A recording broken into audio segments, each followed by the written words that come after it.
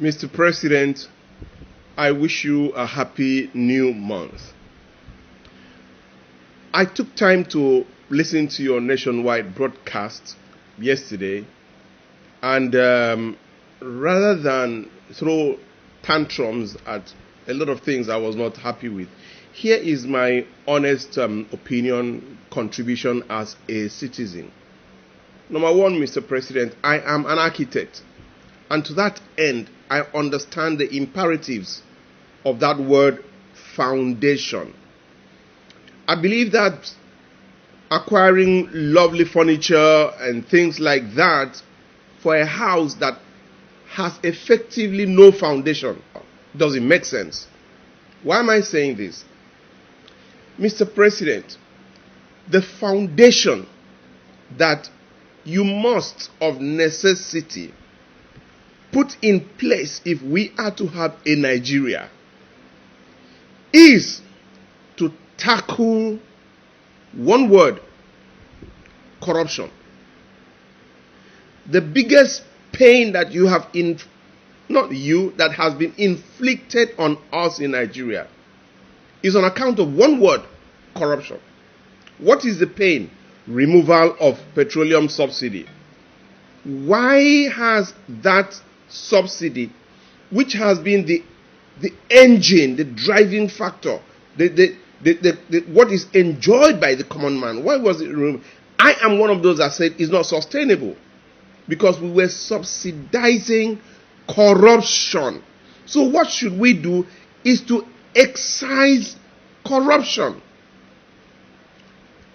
Mr. President, you know what to do to make sure that our trucks don't go across the border. You know what to do, because I know what to do.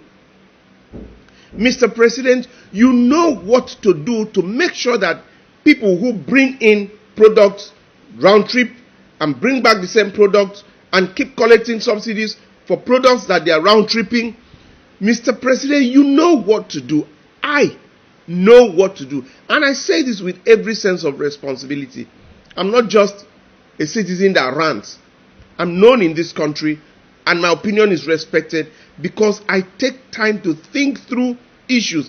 When I say I know what to do to make sure that the wellheads, we have the direct number of barrels of oil that we produce every day.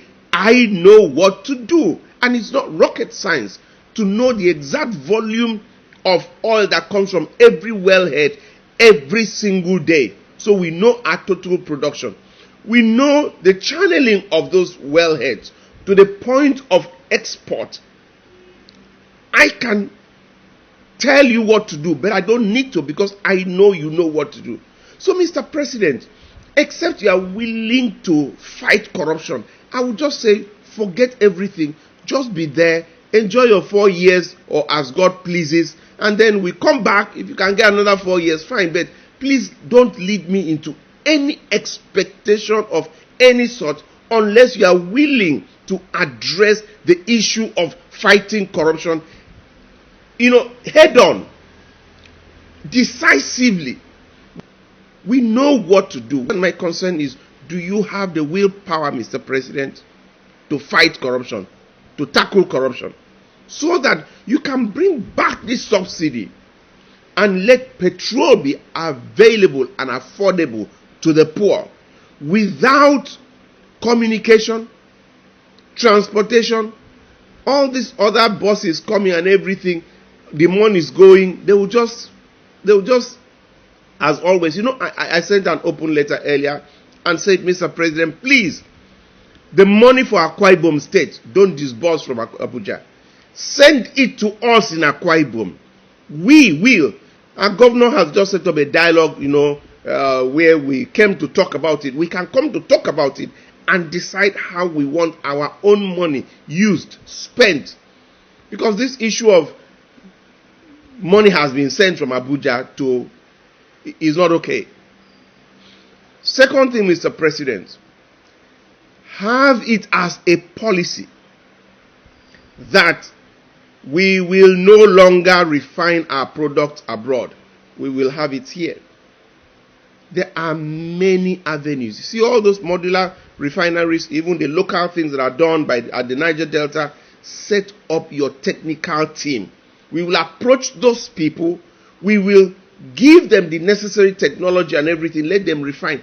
Let it be a state policy that Nigeria oil will be refined in Nigeria. By the way, Mr. President, please, have you found out exactly what has been called direct sales, direct purchase agreement? Mr. President, you owe us. You owe us.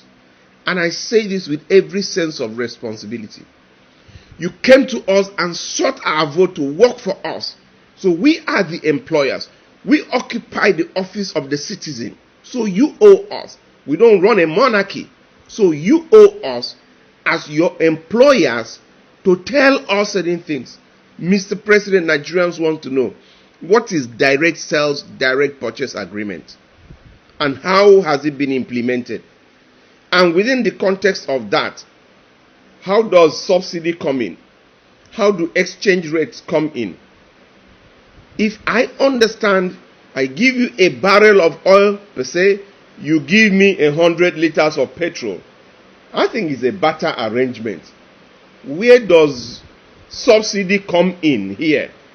Is it that I give you a barrel of oil and the petrol you are giving me, I want more petrol than the barrel of oil that I've given you, on account of which I need to pay for it? Mr. President, we really want to know what direct sales, direct purchase agreement is all about. These are the components of that word, corruption.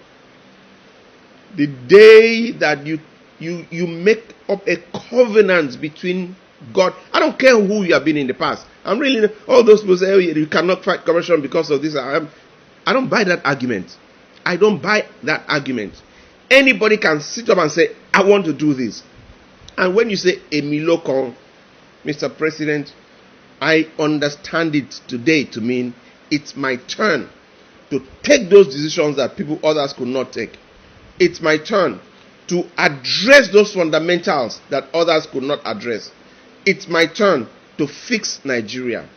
If that is what your Emilokon is, may God give you everything you need to succeed, including women and men that will stand by you.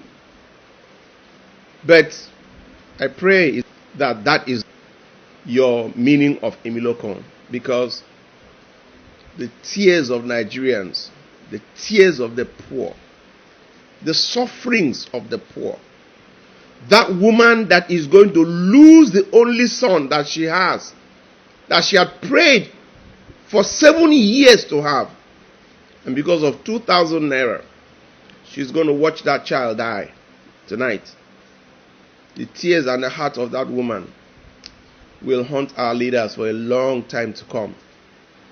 But any leader that stands up to honestly and sincerely work for that woman and her likes, for that man that has served this country conscientiously and has retired, and this evening the landlord is about to embarrass him in front of his whole family, that man is going to effectively die of a broken heart. May God make you that leader that will have a heart for that man, and not about political expediency. Second term has to do with being alive, and being alive is in the hands of God. God can give you second term. God can keep you alive if you are willing to be that strategic partner that will rescue Nigeria. And I will say, Mr. President, it's really your turn. May God help you to take that decision, to forget about political expediency and think about the poor, the common man, and work for him and for her as if your life depends on it. And then the blessings of God will make so much rich and add no sorrows. Happy New Month again, Mr. President. God bless you.